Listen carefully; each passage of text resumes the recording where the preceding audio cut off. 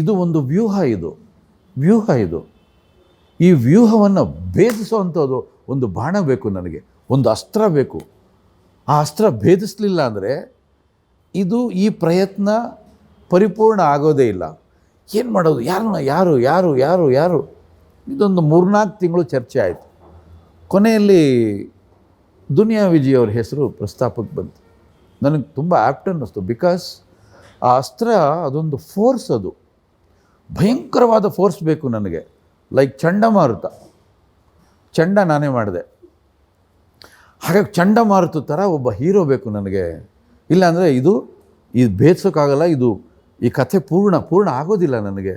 ಸಿಗಾಕೊಳ್ಳುತ್ತೆ ಅಲ್ಲೇ, ನ್ಯಾಯ ಒದಗಿಸೋಕ್ಕಾಗಲ್ಲ. ಯಾಕೆಂದರೆ ಒಂದು ಅದ್ಭುತವಾದ ಸಂದೇಶವನ್ನು ತೊಗೊಂಬಂದು ಸಮಾಜಕ್ಕೆ ಕೊಡ್ತಾನೆ ಅವನ ನಾಯಕ ನಟ. ಅವ್ರು ಬೇಕು ಅಂದಾಗ ದುನಿಯಾ ವಿಜಯ್ ಆ್ಯಪ್ಟ್ ಅಂತ ಅನ್ನಿಸ್ತು. ಸರಿ ಆಯಿತು, ಅವ್ರು ಮಾಡ್ತಾರಾ, ಹೋಗಿ ಕೇಳೋಣ, ಪಾತ್ರ ಹೇಳೋಣ. ಮಾಡಿದ್ರೆ ಸಂತೋಷ ಆಯಿತು. ಹೋಗಿ ಹೇಳಿ ಮುಗಿಸ್ತಿದ್ದಂಗೆ ಅವ್ರು ಹೇಳಿದ್ರು, ತುಂಬ ಚೆನ್ನಾಗಿದೆ, ಮಾಡ್ತೀನಿ ಅಂದರು. ಯಾವಾಗ ಅವರು ಮಾಡ್ತೀನಿ ಅಂತ ಹೇಳಿದ್ರು, ಆವಾಗ ಈ ಸ್ಕ್ರಿಪ್ಟ್ಗೆ, ಈ ಸಿನಿಮಾಕ್ಕೆ ಜೀವ ಬಂತು. ಅಲ್ಲಿ ತನಕ ಜೀವ ಇರಲಿಲ್ಲ. ಜೀವ ಬರ್ತಿದ್ದ ಹಾಗೇ ಶೀರ್ಷಿಕೆ ಬಂತು.